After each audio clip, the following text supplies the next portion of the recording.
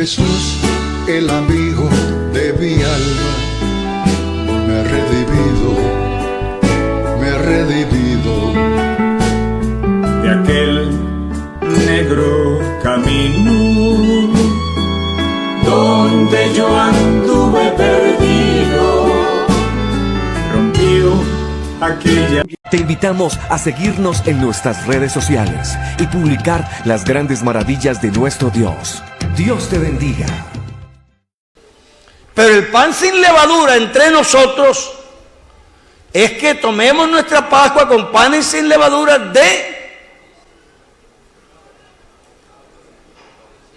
¿de qué? Oiga, y ningún pastor me puede ayudar por ahí. Ah, aquí hay uno que... Gracias, hermano. Con panes sin levadura de sinceridad y de verdad. No es la levadura del pan, es la falta de sinceridad y la falta de verdad. Les voy a decir una cosa, hermano. Sí, claro. Y la mentira. La Santa Cena no era Santa Cena. Nosotros que le hemos puesto ese título y que Santa Cena. La Biblia no habla de la Santa Cena. No hay ninguna Santa Cena. Nosotros, para referirnos a ese rito, le pusimos un nombre, la Santa Cena. Está bien. Si no es que esté mal, pero no es que sea que está obligado. Cuando Cristo comió, era una comida común y corriente. Y la gente del Mediterráneo, yo viví en el Mediterráneo, cuando terminan de comer siempre les queda pan porque ellos no comen arroz. Por un cuarto de kilo de pan a cada uno o medio kilo. Y con ese pedazo de pan van comiendo y siempre al final les queda un pedazo. Y ellos empiezan con pan y terminan con pan. Ellos empiezan comiendo con un pedazo de pan y se lo comen. Eso así empieza.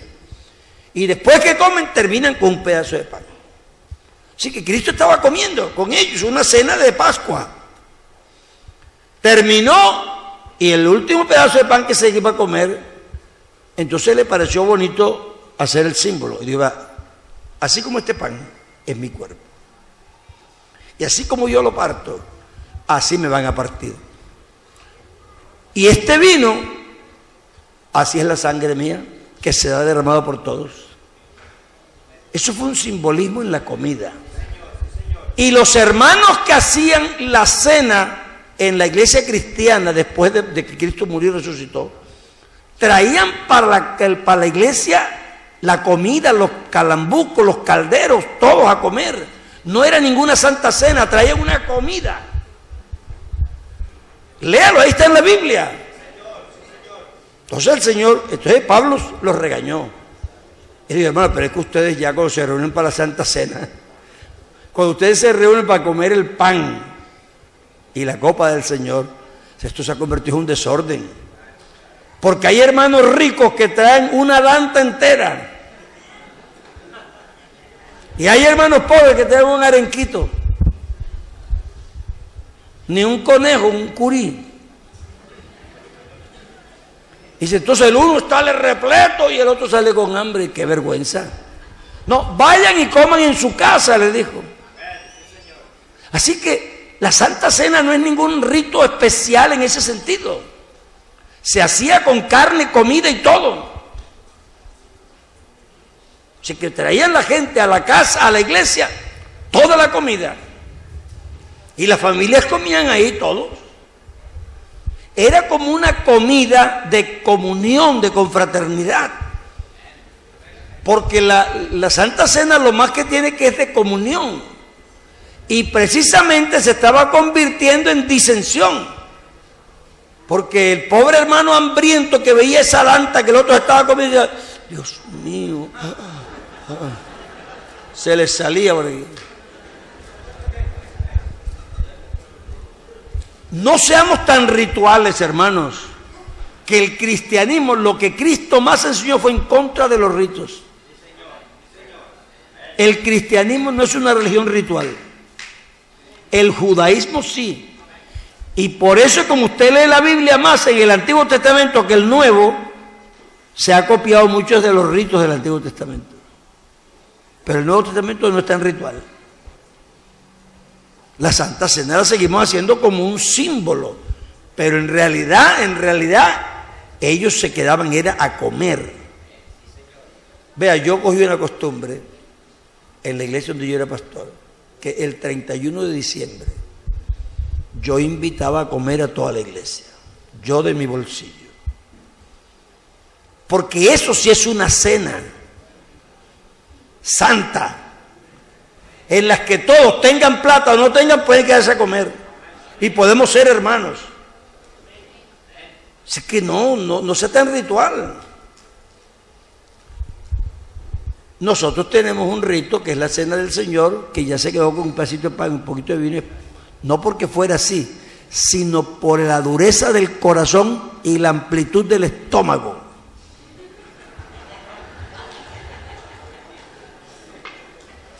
¿Cierto? ¿Cómo tú te vas a presentar con un pavo entero mientras un hermano no tiene ni un mochuelo? Y no compartes, porque si el tragedia lo compartiera, lindo. Así que, hermano, déjense de eso, que pan sin levadura ni nada. Y algunos buscan el Antiguo Testamento y dicen, no, hermano, es que como dice la palabra, es sin levadura, limpiaban la casa. No, eso eran los antiguos. Nosotros lo que tenemos es un símbolo. Un símbolo. Un daño muy grande nos ha hecho que dividieron los capítulos en versículos. Entonces la gente dice, es que el versículo 18 dice, el versículo 25 dice, la Biblia no fue escrita por versículos, por temas. El tema de ese capítulo es el uso de los dones en el culto público. Entonces, claro, Pablo está diciendo, hermano, es que se para uno a hablar en lenguas y nadie entiende. Es mejor decir 5 palabras en castellano que 10,000 en lengua. Procuren lo mejor, no que haya dones mejores. Entre los dos, el que se entiende es mejor que el que no se entiende. ¿Me comprende? Entonces, básicamente no se está refiriendo a que yo aspiro porque haya dones que son como que, no sé, más espirituales o más sagrados que otros, no. Lo que está es que hay dones más útiles en ese momento, pero en la casa, por ejemplo, mejor hable en lengua que usted se edifica. Pues la Biblia dice, el que habla en lenguas se edifica a sí mismo. El que tiene el don de lenguas en la casa puede hablar en lenguas, o en la iglesia, pero bajito. Pero nosotros los pentecostales decimos que no, que eso es como tener vergüenza. No tenemos que tener vergüenza, que nos digan locos, no importa que nos digan locos, pero la Biblia dice que sí importa. La Biblia dice, si todos habláis en lenguas y entra un incrédulo, ¿qué va a decir? Que están locos. Y no lo dice como una cosa buena. Tú puedes hablar en lengua en la iglesia, pero la Biblia dice, si no hay interpretación, calle y hable para sí. Así que no es bíblico armar el alboroto en lenguas, no es bíblico. Usted ahora no discuta conmigo, llegue a la casa, coge el capítulo 12, el 13 y el 14 y con calmita se los lee y acéptelo como está ahí. Ve, hermanos, si yo hago una comparación exagerada, yo estoy queriendo subrayar mucho lo que estoy diciendo, ¿cierto? Si él me dice a mí, hermano, tenga estos 100,000 pesos, y yo, hermano, 1,000,000 de gracias, en realidad estoy dando una sola, pero cuando yo pongo el 1,000,000, estoy tratando de subrayarle que me quedé muy agradecido. Entonces, cuando el apóstol Pablo dice que es mejor hablar 5 palabras que se entiendan que 10,000, imagínese usted, comparar 5 con 10,000, no está diciendo 5, pero está diciendo, prefiero hablar poquito que me entiendan a demasiado que no me entiendan y que quede claro. Entonces, eso tenemos que aceptarlo, porque la Biblia lo dice. Los dones no son mejores en rango, sino son más adecuados en uso. Entonces, cuando ahí está hablando del don mejor, se refiere al don mejor para el culto público. Dice, Pablo está hablando de la profecía y de las lenguas. Dice, hermano, es que si entra una persona, por lo menos si profetiza en castellano, todo el mundo entiende. Entonces es mejor eso, procuren mejor hablar en castellano que el otro. Pero no lo saquen del contexto porque entonces parece otra cosa. Dice la Biblia, ninguna palabra corrompida salga de vuestra boca, sino la que sea para la buena edificación, no entristezcáis el Espíritu Santo. No tiene nada que ver con hablar de lengua, tiene que ver con la vida. Si yo hablo suciedades en mi casa, el Espíritu Santo es muy sensible y se inhibe. No tiene nada que ver con yo hablar en lengua o no hablar en lengua, no. Entristecer al Espíritu Santo es ofenderlo con mi vida, en la vida diaria, no en el culto, en la vida diaria. Sobre todo, hermano, vea, uno a veces usa palabras muy groseras. Algunas no son groseras en la forma, pero sustancialmente lo son. Y a veces uno no echa un chiste verde aquí, porque qué vergüenza, pero a la esposa o al amigo se lo echa aparte. Y el mismo espíritu que oye aquí públicamente, oye allá cuando está aparte. Es igual. No vayas a entristecer el Espíritu Santo. Es decir, el no hablar en lenguas no tiene por qué quitarle al culto ninguna calidad. Si todos cantamos aquí a rabiar con gusto, esto se oye lindo. Es que la Biblia lo que dice es que hable en castellano, no que no hable, no que no tenga un culto vivaz, no que no tenga un culto fogoso, sino que no hable en lenguas, sino para dar un mensaje o para edificarse usted. Eso lo dice la Biblia. Entonces, nosotros hemos promovido hablar en lenguas para todo el mundo y los cultos son así. Y como dije antes, muy difícilmente lo vamos a cambiar eso ya. Pero yo estoy explicando lo que la Biblia dice. Yo estoy seguro que nuestro culto no va a desmejorar si todos cantamos en castellanos, estoy feliz, Cristo me salvó. Lo que pasa es que nosotros sí decimos, ajá, y no vamos a hablar en lengua. Yo lo comprendo porque también soy pentecostal. Sí, yo entiendo. No se trata, vea, eso no es un pecado. Aquí no estamos hablando de que eso es un pecado. Es un consejo del apóstol Pablo, de la palabra de Dios. O sea, que mejor hable 5 palabras en buen castellano que 10.000 en lengua. Eso lo dice la Biblia. Dice, en el culto, en la iglesia, dice, en la iglesia prefiero. Así que eso es lo que dice la Biblia. Que nosotros nos hayamos acostumbrado a hablar en lengua en el culto y nos parece que es el alejamiento, eso es verdad. También yo. Pero cuando vamos a enseñar, me pidieron que enseñara sobre los dones, tengo que enseñar eso, lo que dice la Biblia sobre los dones. No les puedo decir otra cosa. No dice que en la confraternidad, ese culto es especial, se puede hablar en lenguas. No, en el culto público, dice la Biblia, no hablen lenguas. Pero nosotros lo hacemos. Eso no es un pecado. La Biblia no dice que es pecado. Si nadie se va a condenar por eso ni nada. Y si usted se siente mal, no lo vamos a echar tampoco por eso. Hable en lenguas. Pero lo que dice la Biblia del orden sería ese. Que nosotros hablemos en lenguas para nosotros mismos o en la casa. Y que en el culto público hablemos en buen castellano. O si hay un mensaje en lenguas, que haya interpretación. Y dice, si habla uno, a lo más 3. Eso dice la Biblia. Es decir, yo tendría que cambiar el capítulo para decirles otra cosa. Hable uno o a lo más 3. Y no juntos, sino por orden. Uno primero, otro después, otro después. Claro, para nosotros ese sería un culto muy organizado. Uy, hermanos, eso parece un culto con camisa de fuerza. Pero eso es lo que dice la Biblia. ¿Cierto? Entonces, yo sí creo que nosotros deberíamos llegar a un nivel de orden en la iglesia. Ya digo, es muy difícil decir a los hermanos que ya no hablen en lengua. Hasta yo a veces predicando se me salen las lenguas hablando. Sí, porque eso, aquí todos somos pentecostales. Y todos estamos, como que dice, en lo mismo. Pero de todos modos sí debía servirnos para hacer lo más ordenado posible. Tampoco dice la Biblia que es un pecado. No es un pecado. Nadie se va a perder por eso, nadie nada. Ni aquí ningún pastor, menos. Nosotros somos muy pentecostales para poner disciplina a un hermano porque habló en lenguas. Pero la Biblia sí enseña eso. Es decir, el orden del culto está ahí. Y ya le digo, si usted quiere, lléveselo a la casa, lee los 3 capítulos y se da cuenta.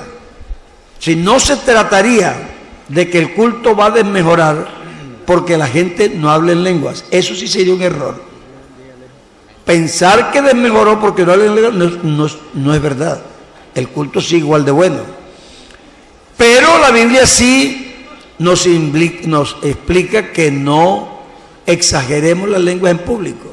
Entonces, por lo menos procuremos no exagerarlas. Porque entre otras cosas, a veces cuando está el grupo junto y hablan en lengua, bueno, la gente no sabe si estamos hablando en lengua o orando o lo que sea. Pero es que a veces está el pastor predicando, o va a cantar a alguien, o hay silencio, entonces a una hermana se da por estar hablando en lengua durante el culto. Y la Biblia no la autoriza. Eso sí está desautorizado.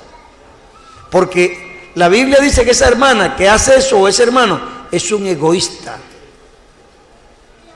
Dice, si yo hablo lenguas humanas y angélicas y no tengo amor. Es decir, que el que hace eso y sabotea a los que están oyendo no tiene amor por los otros. Se está gozando él solo y quiere gozarse solo y no le importa si los otros se gozan o no se gozan.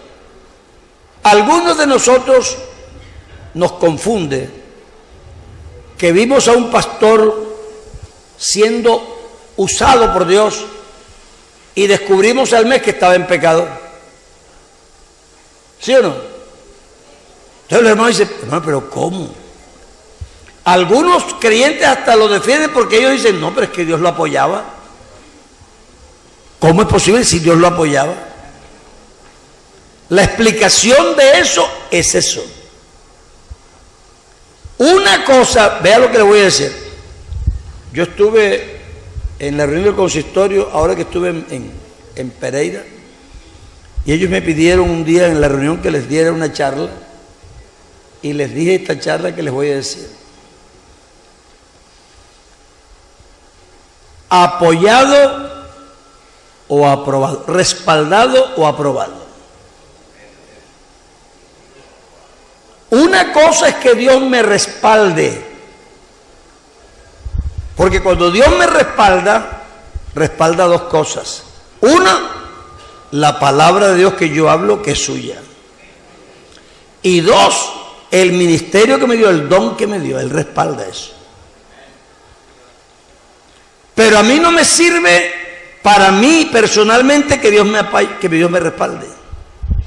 A mí me sirve que Dios me apruebe. Procura con diligencia presentarte a Dios, no respaldado, aprobado.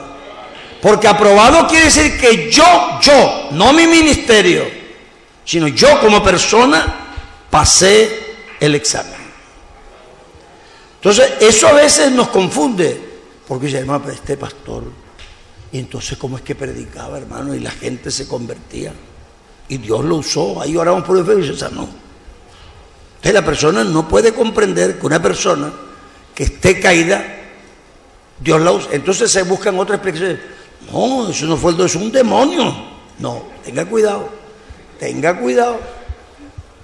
Tenga cuidado de hablar de demonios con todo lo que Dios hace con otras personas que a usted no le parece. Vea, lo que se llama blasfemia contra el Espíritu Santo en la Biblia es atribuirle al diablo lo que Dios hace. Yo a eso le tengo mucho, mejor me paso de largo que corto, mejor. Lo otro siempre lo puedo recortar, pero si me quedo corto, yo no voy a insultar a Dios. Tenga cuidado de decir, esas lenguas no son de Dios. Tenga cuidado. Tenga cuidado, usted no se meta en eso. Dios verá quién hace hablar lenguas. Con tal que le dé a usted también ya. Un hombre le dijo, Señor, ¿y este qué? Y él dijo, y si yo quiero que este quede hasta que yo venga, ¿a ti qué te importa? Déjalo, tú sígueme, ¿cierto? Si Dios le da algo a él, lo bendice, yo porque tengo que preguntar si Dios es soberano.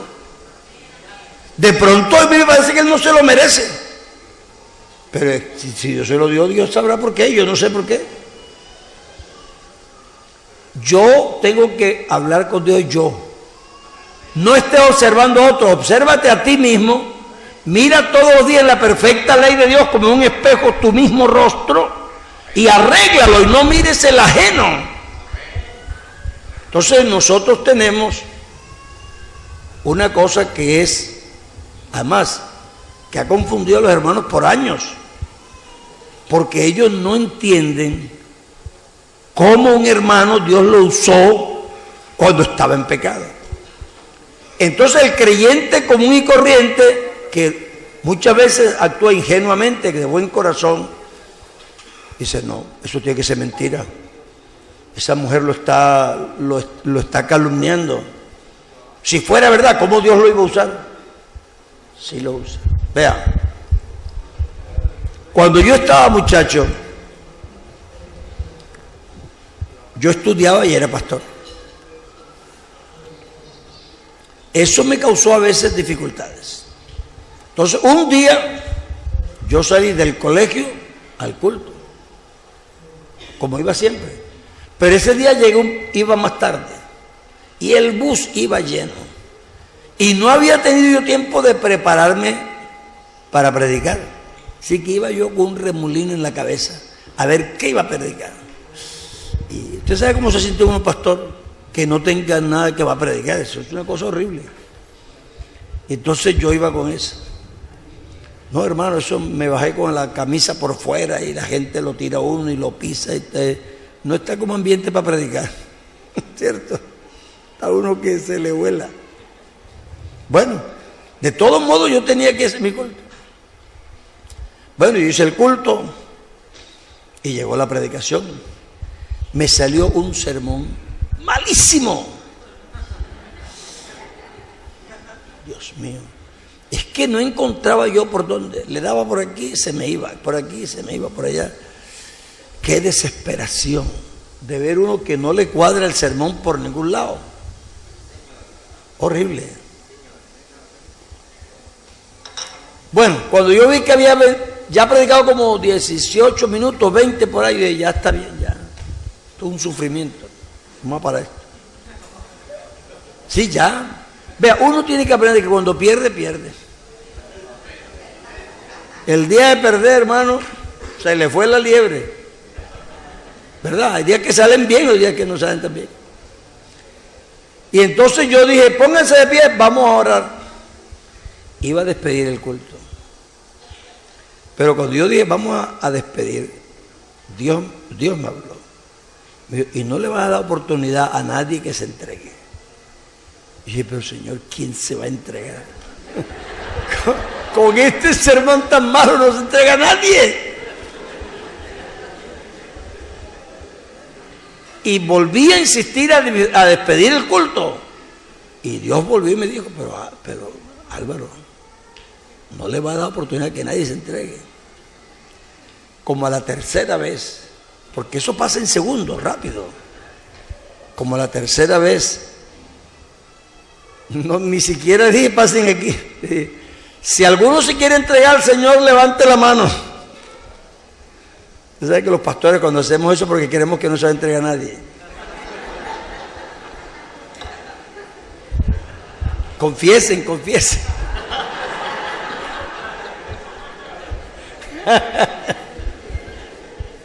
Sí, para no hacer el oso. Bueno, si alguno se quiere entregar, levante la mano. Hermano, yo me quedé aterrado. 7 personas se entregaron. Yo le estoy hablando de hace más de 40 años. En esa época, para que se entregara uno, ustedes no saben lo que es eso. Vea, el hermano Larsen predicaba y no invitaba sino como cada 2 meses a la gente, porque no se entregaba a nadie. Que se me entregaran 7 en un culto. Yo le dije, pasen acá y oramos. Pero yo me quedé confundido, pero confundido de verdad, verdad. Donde yo empecé la iglesia, los que conocen Barranquilla, eso es saliendo para Cartagena. Y yo vivía en la iglesia central como 15 cuadras más allá. Yo tenía que coger 2 buses para ir de allá a mi casa. Y ese día me fui a pie. A pie pensando, pero no. Pero ¿cómo es que entonces, cómo? Yo no entiendo la predicación. Yo decía, yo no entiendo. ¿Cómo es posible que se entregaron 7 personas con un sermón tan malo? No crea, para mí esas cosas son impactantes. Me fui, caminé, hermano, eso es lejos. Ojalá tú un día fuera aquí y se lo muestre. Eso es lejísimo. Me faltaban como 10 calles para llegar a mi casa. Por fin Dios tuvo misericordia de mí y me habló. Y me dijo, mira, yo quiero que aprendas esta noche. La gente no se convierte por la oratoria. Yo respaldo mi palabra. Y hermano, me liberé de la oratoria. Yo predico. Si me emocionó, bien, si no, igual, pero yo sé que la gente se va a entregar. Y los que me han visto predicando saben que es así.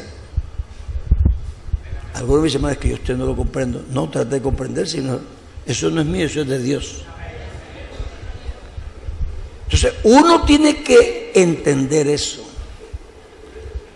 Que independientemente de la persona, ¿no te ha pasado a ti en la iglesia que hay gente que no es fiel y trae a otros, se convierten en el que traen y ellos nunca se convierten?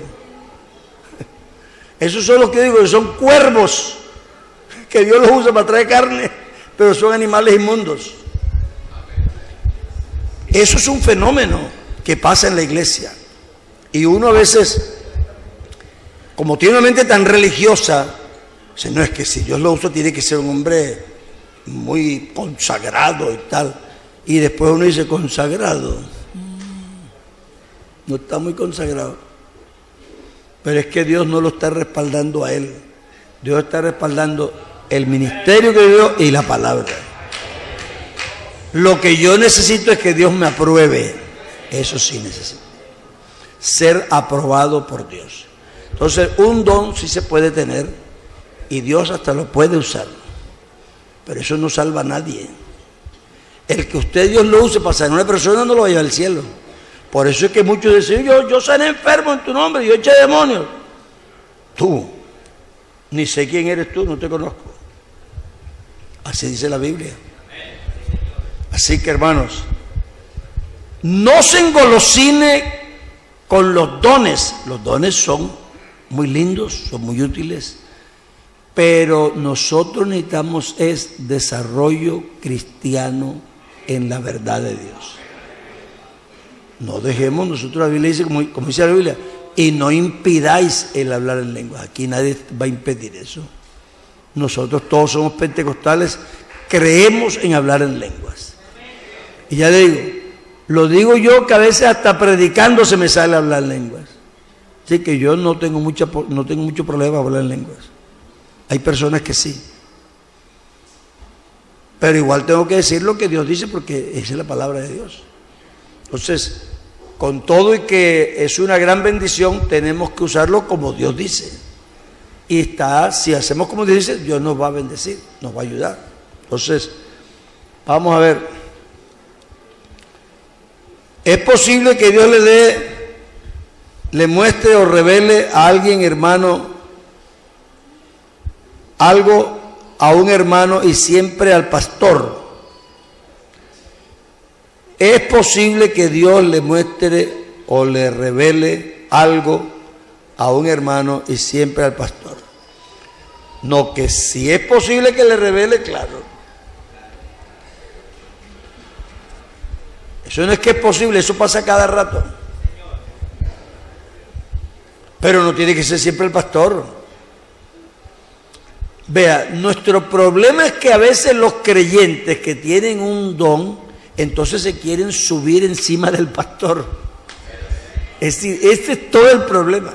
Entonces el pastor tiene que poner la disciplina, entonces no permite, sino no más él. No, no es que sea solamente él, es que tú sí tienes que respetar lo que Dios ha puesto. La Biblia dice, y si tú eres espiritual, sepa que lo que enseño son mandamientos de Dios. La gente que es espiritual sabe cómo es el conducto regular de Dios. Vea, Dios es tan respetuoso de lo que Él mismo pone, que cuando Él tuvo que hablarle a la iglesia en directo, no le habló, dijo, mándale la carta al pastor. Entonces eso es respetuoso, ¿cierto? Eso no quiere decir que Dios no te puede usar, sí te puede usar, pero usa el conducto regular. Es que quiere pararse en el culto, así dice el Señor. Entonces el pastor dice, así digo yo, siéntese. Entonces no te gusta. Ah, no, es que ese pastor no deja que el Señor se mueva. Sí, lo que no deja que se mueva eres tú. No quiere que tú te muevas, pero Dios sí. Entonces si tú usas el conducto regular y haces las cosas ordenadamente, respetuosamente, lo que pasa es que esta pregunta de no entristecer al Espíritu Santo es la que ha hecho daño. Porque la gente dice, no, es que Dios me mostró cómo voy yo a amarrar al Espíritu, cómo voy yo a entristecer al Espíritu. No, yo tengo que actuar. No, es que el Espíritu no se entristece por eso. La Biblia es la que nos enseña cómo manejar el don y dice que lo podemos controlar, así que no es antibíblico. Lo que es antibíblico es que tú hables mal y ofendas al Espíritu Santo. Eso sí es antibíblico. Pero que tú te sujetes no es antibíblico, al contrario, eso es lo que Dios enseña. Entonces Dios sí tiene dones en la iglesia, pero no se ha desordenado, ni sea orgulloso, porque es que hay gente que lo que son es prepotentes. Yo tengo un don, yo también soy ministro. Eso decía la gente que se tragó la tierra ya con Moisés. No porque no tuvieran razón, Dios puede hablar con Moisés o con otro, pero la actitud que ellos tomaron era diabólica, porque no respetaban lo que Dios hizo. Entonces Dios sí puede usarnos, y además quiere usarnos, pero guardemos nuestro sitio. Si tú tienes razón y el pastor no te escucha, y puede pasar, porque el pastor no es un Dios, es un hombre, y en un momento dado puede ser que tú le digas algo, a él no le parezca, pero puede que sea verdad. Dale tiempo, que el tiempo dirá quién tiene la razón. Por lo que tú no puedes pararte y pelearte con, me voy. Eso no es sano. Hay gente que no cree en que la gente profetiza el futuro. Yo creo que la gente puede profetizar el futuro. Pero entonces eso no es para que estés cada rato prediciendo el futuro, porque eso sí sería muy esporádicamente. Pero el profeta quiere hablar siempre. Hay profecías que exhortan, hay profecías que consuelan. Por ejemplo, el pueblo que estaba aprisionado y en esclavitud, Dios les dijo, el pueblo que estaba en tinieblas vio gran luz, y el que andaba en sombra de muerte, luz le resplandeció. Eso era una profecía futura, pero era una consolación. Entonces, sí hay profecías de futuro que consuelan, que exhortan o que edifican cualquier cosa. Entonces, una persona puede tener una profecía de ese tipo. También puede haber una palabra de sabiduría. Es que la gente en nuestra época le llama profecía a todo lo que se habla en un culto. Entonces, no es que profetizó y la persona lo que dijo fue, hermanos, el Señor quiere que nos alistemos porque Él viene pronto. Eso no es una profecía. Eso es una exhortación. Entonces, desgraciadamente, entre nosotros que hablamos mucho del pentecostalismo, no manejamos mucho la cosa de los dones. Entonces lo que hacemos es que repetimos lo que vemos en televisión, lo que vemos en los libros o lo que oímos en los himnos que nos escriben los trinitarios. Entonces, claro, la persona que no sabe tiene que repetir lo que le dicen. Hoy día los cultos se hacen, es como los hacen allá, todos. Y hasta mientras cantan hablan con la misma entonación. Es más, algunos hablan como extranjeros. Sí, tú sabes, Señor, tú sabes. Tú. A mí me da angustia. Porque de pronto el cassette que está grabado lo cantó una señorita o un hermano que es de Nueva York, de ascendencia hispana, pero él habla inglés. Entonces cuando pronuncia el idioma lo habla mal. Y él de aquí se aprende el himno hasta con lo mal pronunciado. Qué vergüenza con nuestros músicos, de verdad. No uno, más de uno. Y hacen la entonación de la voz y todo. Entonces, claro, con esa fotocopiadora espiritual incorporada, nos va mal.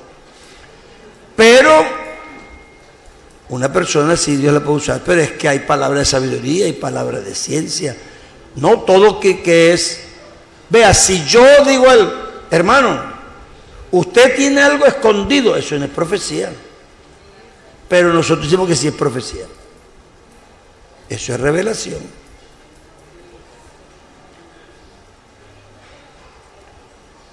Y la gente a todo lo que sea extraordinario hoy día llaman profecía. Según eso, solo existiría un ministerio, el de profeta. Porque él dice, profeta es el ungido. Ya se acabaron todos los ministerios, porque todos somos ungidos. Así que todos somos profetas. Y eso no es verdad. Entonces, cada ministerio es distinto.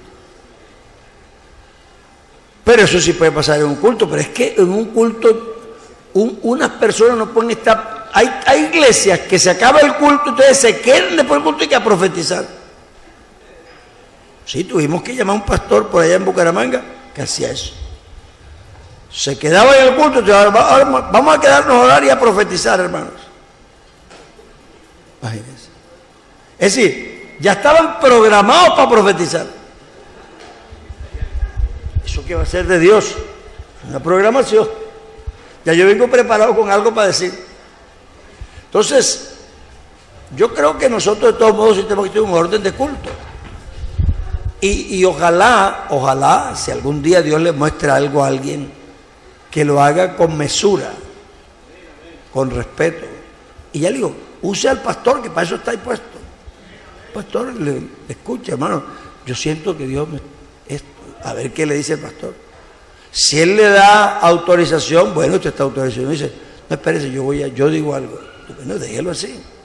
Los pastores tenemos un problema grande con esos creyentes teólogos hechos en casa que se las saben todas. Cogen al hermanito y se llaman, cuidado, estáis mal.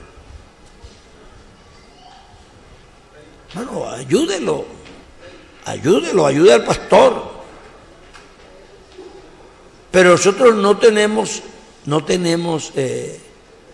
forma de saber que unas lenguas son mecánicas o no son mecánicas. Y si no, vamos a ponerle duda aquí al Espíritu Santo y eso va a ser peor. Entonces ya no vamos a creer en nadie. ¿Cierto? No. Si habla en lengua, déjelo que hable en lengua. El tiempo da los frutos. A mí me visitó un pastor colombiano cuando yo era misionero en Valencia. Y oró con un hermano y Dios recibió el Espíritu Santo. Bueno, yo no lo iba a hablar en lengua, pero él me dijo, yo le creí, ¿verdad? Pero el hermano cuando venía el domingo se iba de cacería a matar patos por ahí. Y cuando no había cacería, porque estaba en la vera, entonces iba para un mercado que se llamaba la Plaza Redonda, a cambiar relojes por pájaros, pájaros por no sé qué, camisas por pantalones. Le fascinaba eso. Yo le decía a mi esposo, digo, qué raro este hermano que tiene el Espíritu Santo, pero es que no parece. Bueno, pero yo no dije nada, porque es que vea, matarle la fe a la gente no es nuestro trabajo. No es nuestro trabajo matarle la fe a la gente. Entonces, yo lo soporté ahí. Un año, yo dije, hermano, vamos a hacer un programa este año que todos reciban el Espíritu Santo de aquí a fin de año. Bueno, hermano, listo. Lo que hacemos los pastores. Y empezamos a incentivar a la gente y a hablar. Y eso sí, hermano, pasen al altar. Vamos a buscar. No espere que yo lo llame, sino que cada culto vamos a buscar. A alguien recibe. Bueno, empezamos ahí. Oye, empezó la gente a recibir. Hasta una noche recibieron como 7. Y una noche vi a ese hermano hablando en lenguas. Pero como nunca lo había visto. Feliz. Y se levantó y me dijo, hermano Álvaro, esta noche sí recibí el Espíritu Santo. Yo lo felicito, gloria a Dios.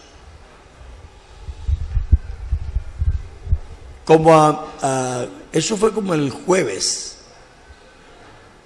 Y por ahí el viernes o el sábado me encontré con la esposa. Me dice, hermano Álvaro, estoy aterrada. Mi marido vendió la escopeta. Digo, ahora sí recibió el Espíritu Santo. Ahora sí lo recibió. Se andaba con la escopeta, no venía a la escuela dominical porque está matando pájaros por ahí.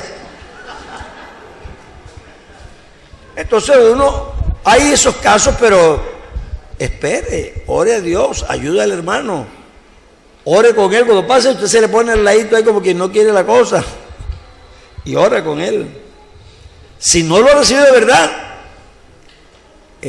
Dios lo va a ayudar.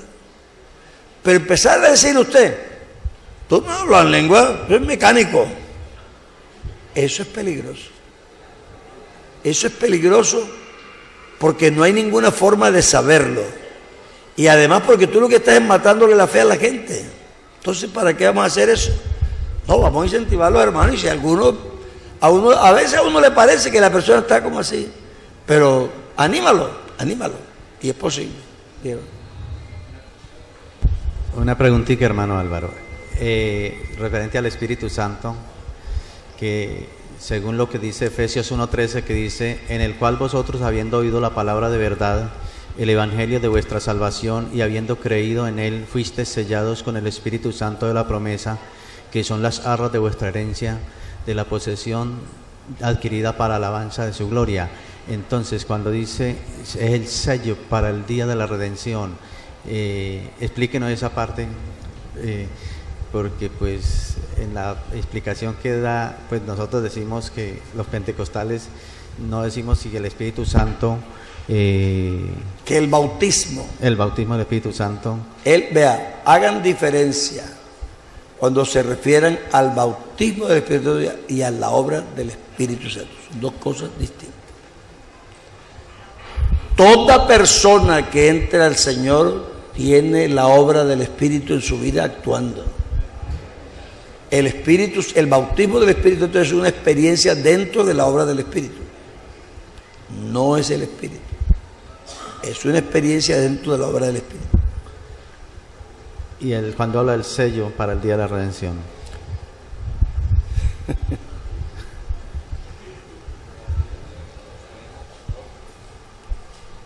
Hablamos de la confirmación, ¿se acuerdan?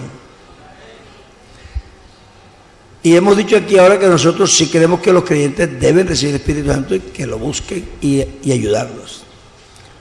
Porque una cosa es que yo esté ciertísimo y otra cosa es que yo tenga alguna duda. Si usted tiene un sello, usted está seguro. Pero eso no quiere decir que porque no lo tenga, no va a ser salvo. ¿Me comprende? Una cosa es la confirmación de la fe y otra cosa es que yo, porque no tenga la confirmación, no tengo la fe. Si el apóstol Pablo iba confirmándolos en la fe, pero ellos ya tenían la salvación. Diga, estoy viendo que está allá. La otra preguntita es, por lo menos, 2 Timoteo 2:19, dice, pero el fundamento de Dios está firme teniendo este sello. Conoce el Señor a los que son suyos y apártese de iniquidad todo aquel que invoca el nombre de Cristo. Se refiere al mismo sello de... Ese es el problema de la concordancia. Que nosotros decimos sello y sello, sello, pero no es el mismo sello. Pero déjenme terminar, que estamos hablando del otro. Sí, vean. Nosotros creemos que la Biblia se contradice o no. Ok. Entonces tenemos que reconciliar la Biblia. Porque si yo cojo un versículo que me parece a mí que dice una cosa, pero lo comparo con otra y es una contradicción. Entonces yo no puedo recomponer la doctrina para que diga lo que yo creo, que lo que yo entendí.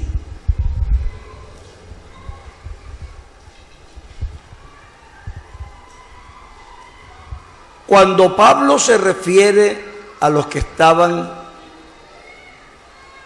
cuando Cristo subió al cielo, ¿cómo los llama?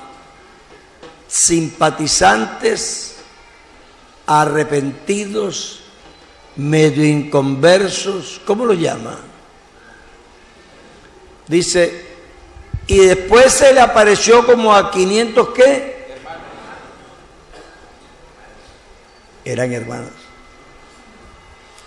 Se le apareció como a 500 hermanos, y eso no lo dice antes de Pentecostés, sino después de Pentecostés. Sí, después que ya habían derramado el Espíritu, porque ya está escribiendo la epístola.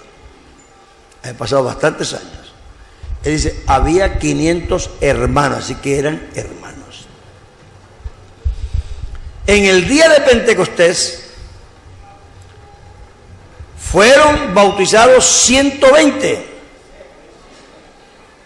o como 120. Los otros 380 no estaban, pero Pablo los llamó hermanos. Ese día predicó el apóstol, ¿y cuántos se convirtieron? ¿Y cuántos de esos hablaron en lenguas?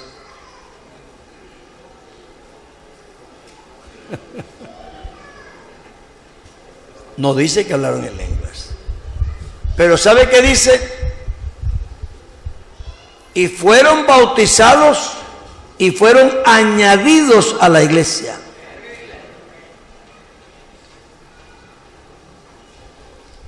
Felipe fue y predicó el evangelio y recibieron el evangelio con gozo y se convirtieron al Señor. Pero solo habían sido bautizados en el nombre de Jesús.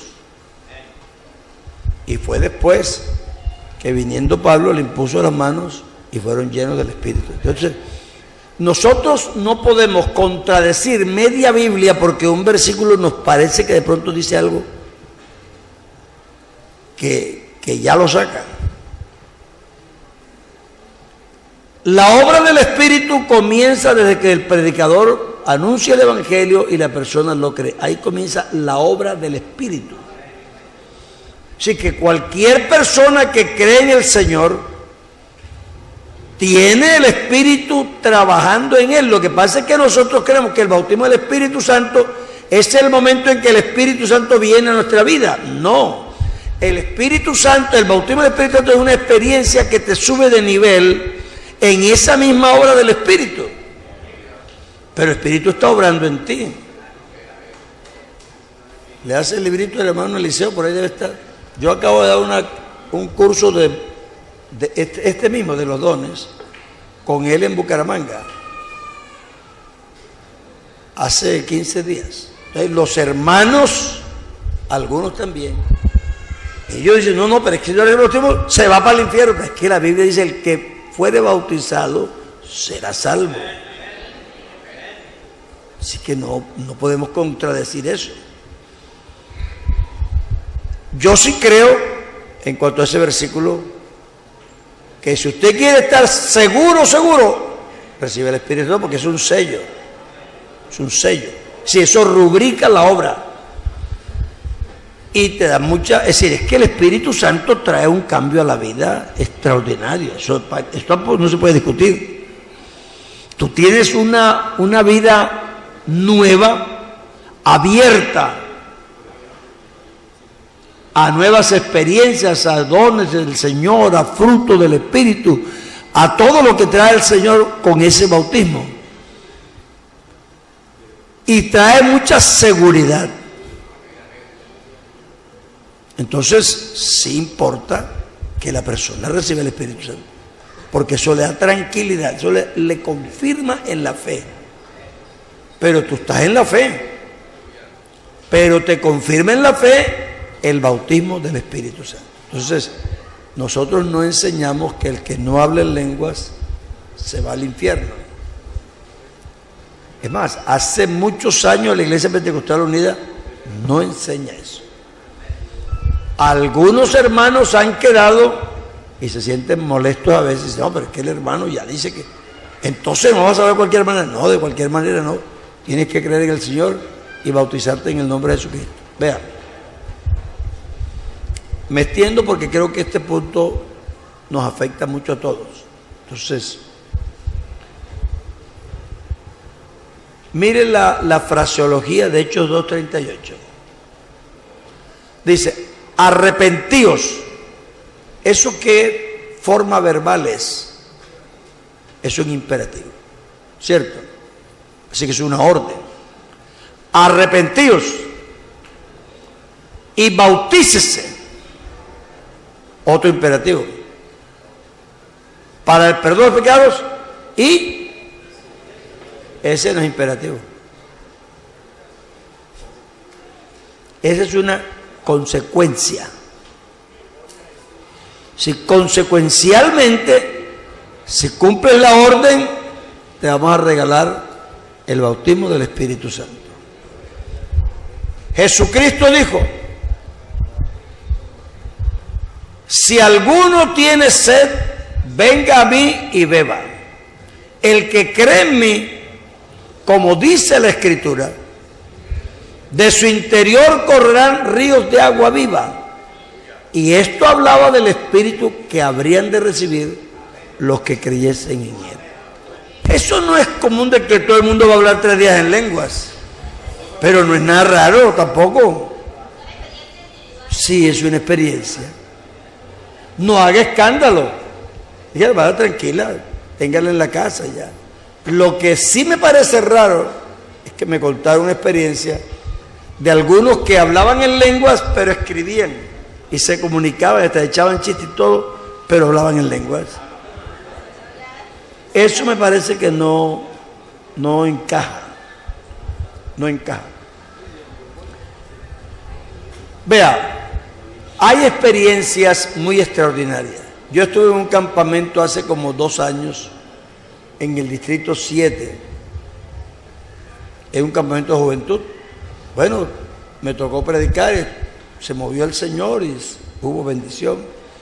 Y un muchacho que no habla inglés se levantó, llegaba donde un hermano y le hablaba en inglés. Pero lo extraordinario es que el hermano, que tampoco hablaba inglés, le entendía. Y se ponía a llorar. Y decía, es que lo que él me dijo todo es verdad. Y después fue donde otro y le habló en inglés. Y tampoco habló inglés, pero también le entendía. Y se puso a llorar. No, hermano, es que lo que él me dice es todo verdad. Yo me fui después de un rato a mi cuarto. Bueno, hermano, ¿qué hacemos? Y digo, nada, déjelo. ¿Qué vamos a hacer?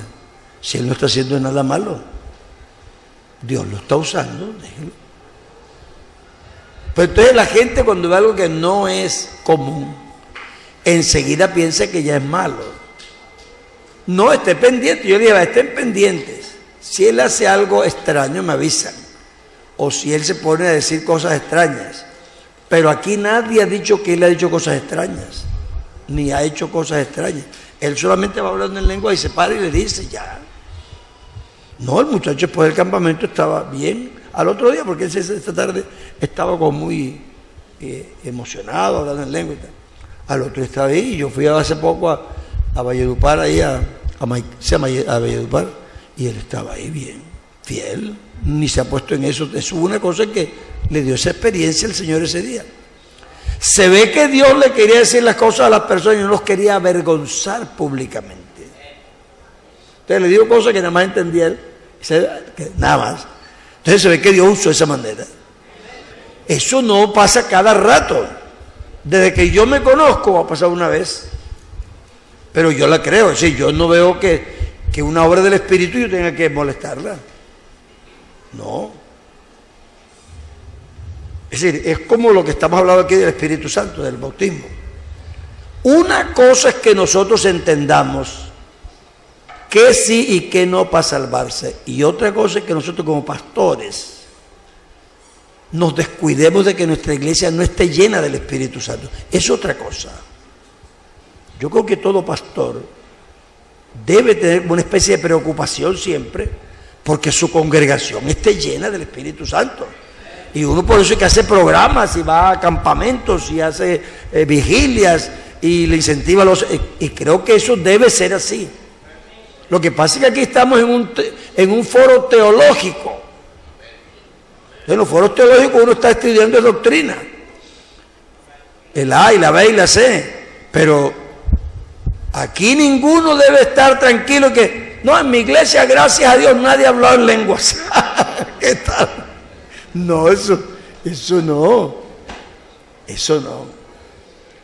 Nosotros somos gente que queremos que nuestro pueblo esté lleno de Dios. Y que tenga todo lo que Dios da. Cuando usted se enfrenta a una parábola, usted tiene una figura literaria en la que solamente un punto es importante. Cuando usted tiene una alegoría, todos los puntos son importantes. Cada punto tiene significado. Usted encuentra la alegoría de Sara y Agar. Dice que estas dos mujeres son los dos montes, son los dos pactos. Así que tiene significado las dos. El hijo de la esclava da esclavitud. El hijo de la libre da libertad. Entonces piensa usted que en una alegoría cada elemento se le da un significado. En la parábola no. La historia no importa cómo sea, solamente un punto tiene importancia. Entonces, generalmente la parábola se hizo por responder a una pregunta.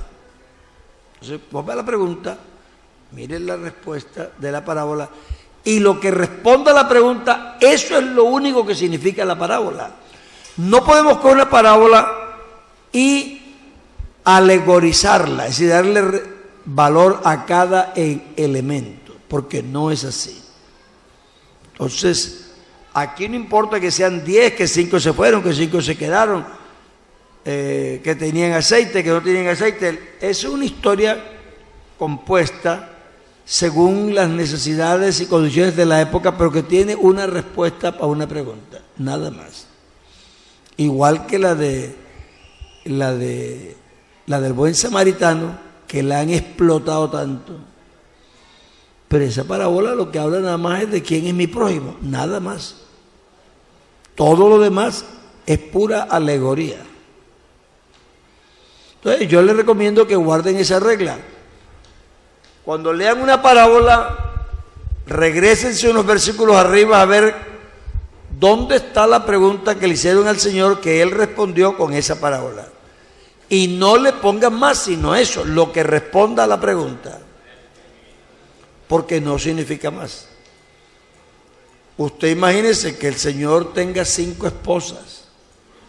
Ya de por sí eso no está muy bien. porque nosotros tenemos una nada más. Y entonces los hermanos empiezan a hablar que las concubinas, que la esposa, que imagínense. Entonces ya se enreda la parábola.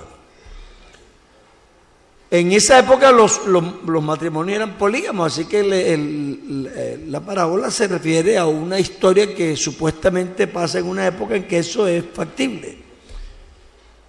Pero no está de acuerdo con que un hombre tenga 10 mujeres, ni que el Señor tiene 10 y se llevó 5 para la casa. Entonces no. Entonces, miren qué pregunta se le hace al Señor y lo que responde el Señor ahí, eso es lo que la parábola significa. No le pongan más, porque no es una alegoría.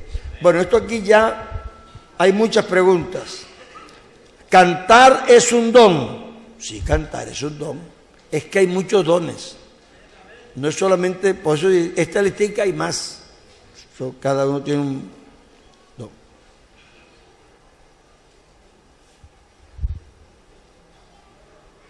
Es que esto sí no tiene nada que ver. Que le cobraba a la esposa, no sé qué. Si es que no podemos, hermano, no pueden colarme preguntas de todo, porque es que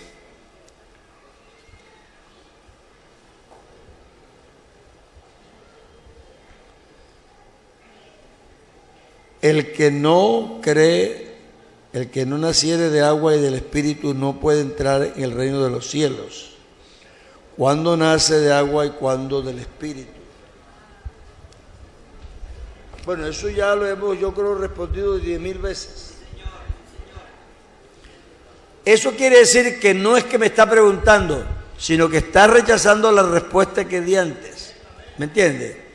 Pues yo acepto eso, no hay problema. Sí, si esa pregunta está diciendo, hermano, pero, si no nace de agua y espíritu, yo te dice que sin espíritu pueden ir. Lo que pasa es que nosotros, cada vez que vemos Espíritu Santo, creemos que se refiere al bautismo del Espíritu.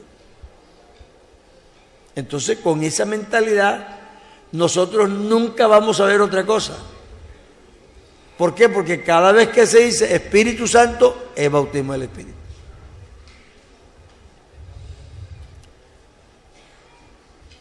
Vamos a hacer esta explicacióncita así cortica, porque ya me quedan poquitos minutos, gracias a Dios.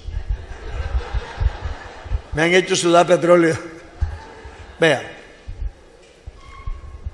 si yo me bautizo en agua, ¿qué quiere decir eso?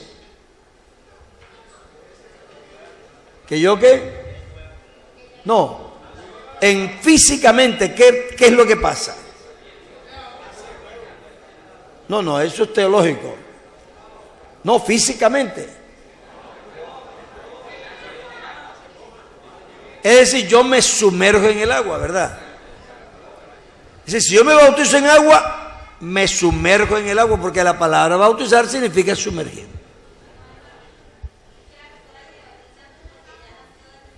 No, espérese. Porque es que la persona, yo voy a hacer una explicación para que entienda más o menos a qué se refiere.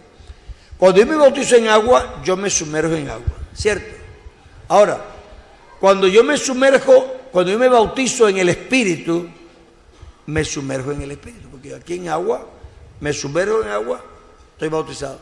Me sumerjo en el Espíritu, soy bautizado en el Espíritu. Ok. Ahora les voy a hacer esta pregunta. Cuando yo me bautizo en el cuerpo, ¿qué hago? Me meto en el cuerpo. Me bautizo en agua, me meto en el agua. Me bautizo en espíritu, me meto en espíritu. Me bautizo en el cuerpo, me meto en el cuerpo. ¿Correcto? ¿Está claro o no está claro? No, díganme la verdad, porque para seguir con la explicación. ¿Quedó claro? Es decir, que sumergirse es bautizarse. Así que yo me bauticé en agua, quiere decir que me sumergí en el agua. Ahora dice, no, yo me bauticé en el Espíritu, me sumergí en el Espíritu. Ahora digo, me bauticé en el cuerpo, me sumergí en el cuerpo. Ahora escuchen este versículo. Por un mismo espíritu somos todos bautizados en un cuerpo. Es decir, no bautizarme en el espíritu, sino que el espíritu me mete en el cuerpo, me sumerge en el cuerpo. ¿Cuándo me sumerge a mí el espíritu en el cuerpo? Cuando empieza la obra del espíritu. Por un mismo espíritu somos todos metidos en el cuerpo, no bautizados en el espíritu, sino metidos en el cuerpo. Es decir, que el espíritu me lleva a mí y me mete en el cuerpo. ¿Cómo me mete? A través de la predicación de la palabra, de mi creencia, y entonces empieza el bautismo en agua. Los que ya pasamos aquí por la bioética, ya sabemos algo, ya somos bioéticos, aunque sea un poquito, pero bueno. Dígame una cosa, ¿cuándo recibe vida un bebé? ¿Cuando es concebido o cuando nace? ¿Cierto? Y si no, pregúntele a cualquier embarazada. ¿Hay alguna embarazada por aquí? ¿Ya se le mueve? ¿Eso no tiene vida todavía? ¿O sí tiene? Tiene. Es decir, que ese niño no ha nacido, pero ya existe. Lo malo de nosotros es que nosotros nos quedamos amarrados en la palabra nacer. Entonces creemos que nacer es lo primero que le pasa a la gente, y no es lo primero es engendrar. ¿Cierto? O si no te arrepientes aquí, te bautizo, Señor. A este lo cojo y lo bautizo yo otra vez aquí, el nombre del Señor, para que esté de acuerdo conmigo. Lo bautizamos otra vez ahí, está bonita esa. Entonces, la vida no se recibe en el nacimiento, sino en el engendro. ¿Sabe por qué nosotros no creemos en el aborto? Por eso. Porque creemos que la criatura ya existe. Entonces, para que usted vaya entendiendo, somos engendrados por la palabra. Y en el engendro recibimos ¿qué? Vida. No hemos nacido, pero ya existimos. Entonces el espíritu me lleva a mí, me mete en el cuerpo, y ahí empieza el proceso. Y yo voy creciendo hasta que me hago un adulto.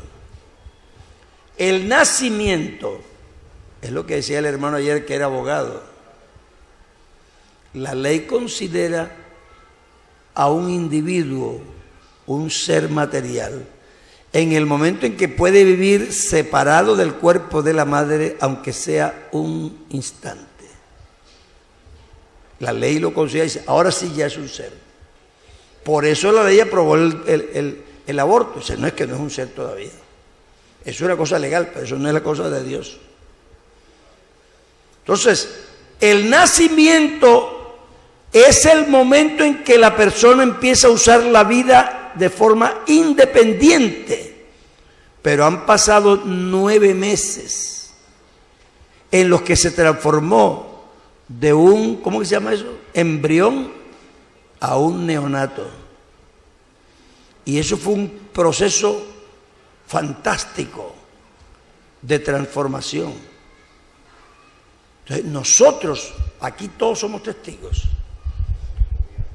Antes de usted bautizarse, ¿qué le pasó?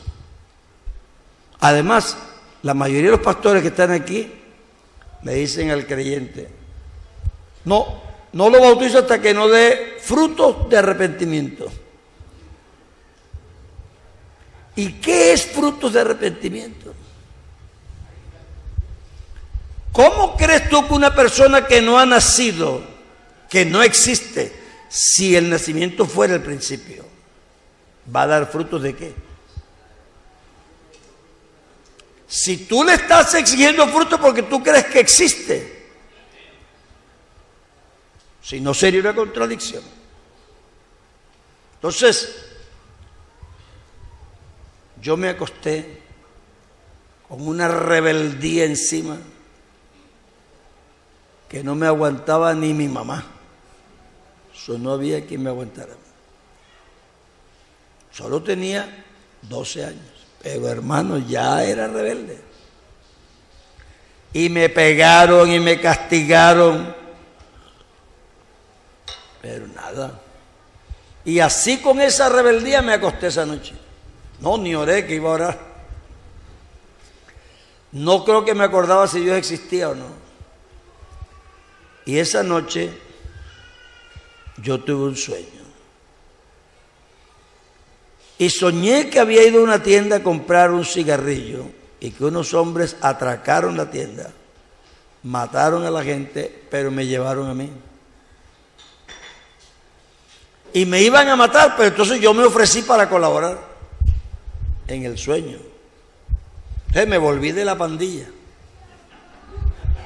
Yo fui pandillero en el sueño, por lo menos. Y entonces iba con ellos por todas partes y atracábamos aquí, nos metíamos en las casas y robábamos y todo. Pero de pronto nos metimos en un almacén en el centro y llegó la policía y los capturó a todos. Pero yo aparecí en otra parte. No sé cómo salí de ahí ni cómo, pero yo aparecí en otra parte.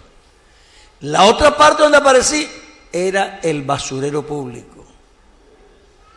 Y ahí enfrente estaba la cárcel Modelo, porque en Barranquilla quedan juntos. Y yo me vi sentado en esa miseria, en esa basura, y viendo esa cárcel, los presos. Y yo en mis sueños sabía que yo tenía como una ruina moral, no era física. Yo era pequeño, pero yo entendía eso. Y yo viéndome en esa situación empecé a llorar de angustia, de verme mal. Entonces me desperté. Y yo estaba llorando de verdad, verdad. Pero no podía respirar. Y yo sentía que Dios estaba ahí en el cuarto. Y yo estaba solo en mi cuarto, era como las 2 de la mañana. Yo sentí que Dios estaba ahí estaba. Y Dios me habló. Ya estaba despierto. Y me dijo, esta noche, ¿te arrepientes o aquí terminamos los dos? Digo, espérate, no tan rápido. Espérate, yo me voy a arrepentir enseguida. Me arrodillé y me arrepentí. Ahí lloré hasta que me sentí bien. No sé si fue una media hora, si fue 40 minutos, una hora, si fue de madrugada, yo no sé. Pero yo sí lloré hasta que me sentí bien. Y me acosté a dormir. Pues yo era un muchacho. Pero hermanos, yo al otro día era otra persona. Otra persona. Es que es como si hubieran metido la mano por aquí, hasta los pies, y me hubieran volteado al revés. Sí, cambiado total. Además, desde entonces hasta el día de hoy, mi mamá nunca tuvo problemas conmigo, más nunca. Y no sé, los amigos desaparecieron, vivían cerca, yo empecé a predicar de tempranito y hasta el día de hoy. Y yo te pregunto a ti, ¿quién me cambió esa noche? El diablo. No, hermano, usted hasta que no se bautice no cambia. A mí me cambiaron antes. Y estoy seguro que casi todos aquí podemos decir lo mismo. No, yo fumaba cigarrillo y de pronto, no sé, se me quitó eso. Y hermano, yo tenía mujeres por acá y de pronto yo empezó a ir la palabra y eso me dio mal. ¿Y por qué te dio eso? Porque algo empezó a funcionar en tu vida, que era el Espíritu Santo. Pero eso no era el bautismo. Esa era la obra del Espíritu.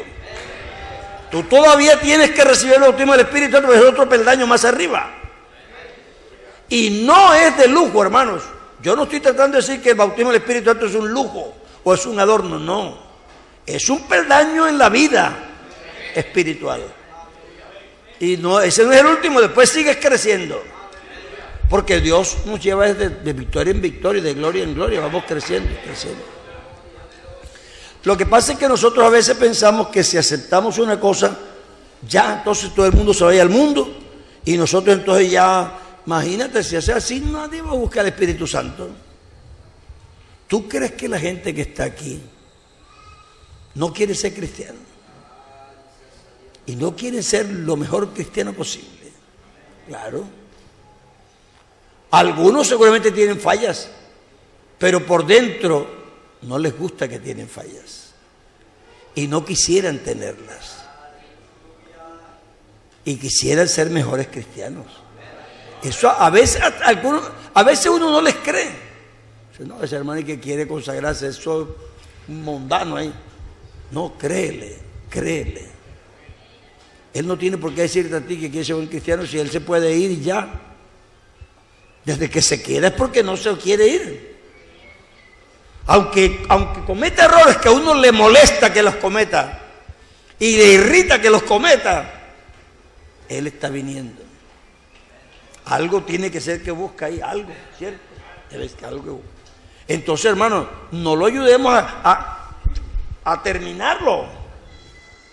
Diga, hermano, si tú te quieres levantar, yo te ayudo a levantarte. Venga para acá.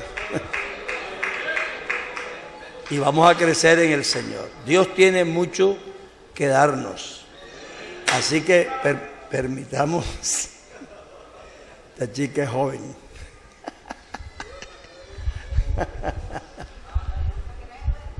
No, es que uno cuando es joven es inquieto. Yo sé porque también fui inquieto.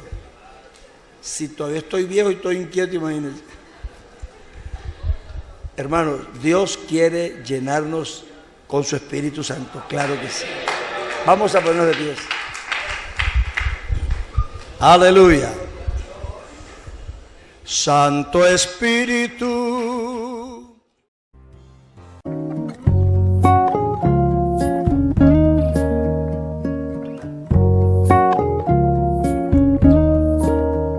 Te invitamos a seguirnos en nuestras redes sociales y publicar las grandes maravillas de nuestro Dios. Dios te bendiga.